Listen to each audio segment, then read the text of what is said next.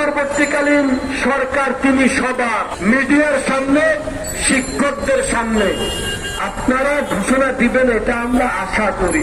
আল্লাহ তাআলার অশেষ কৃপা, সেই প্রজ্ঞানের কারণে, কর্মসূচির কারণে আমাদের কাজ চূড়ান্ত পর্যায়ে চলে এসেছে। এখন দরকার ঘোষণা, এখন দরকার কি?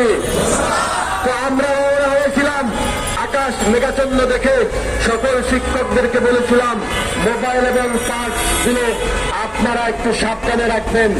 আমরা যখন রওনা হলাম, এই মোড় ক্রসিং হওয়ার পরেই বৃষ্টিপাত শুরু হলো। কঠিন বৃষ্টির মধ্য দিয়া আমাদের শিক্ষক শিক্ষিকা বৃন্দ শিক্ষা মন্ত্রণালয়ের সামনে অবস্থান করেছিল।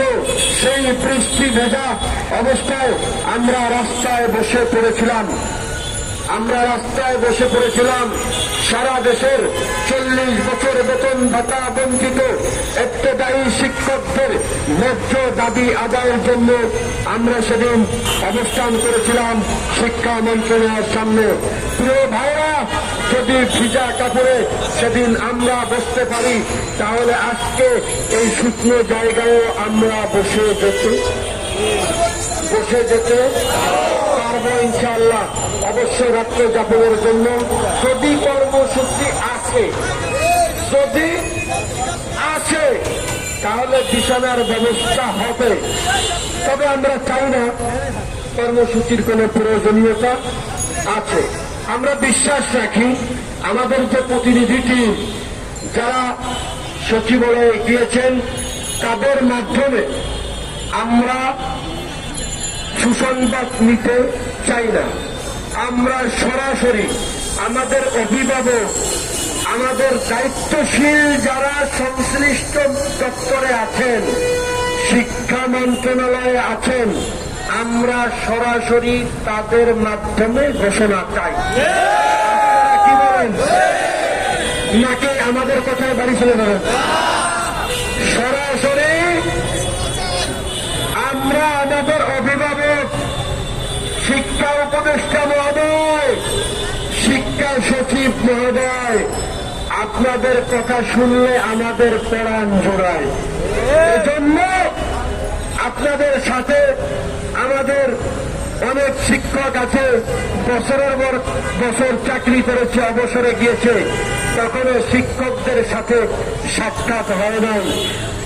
দূরে সম্পর্ক নষ্ট হয়, কাছে আসলে মায়া বাড়ে।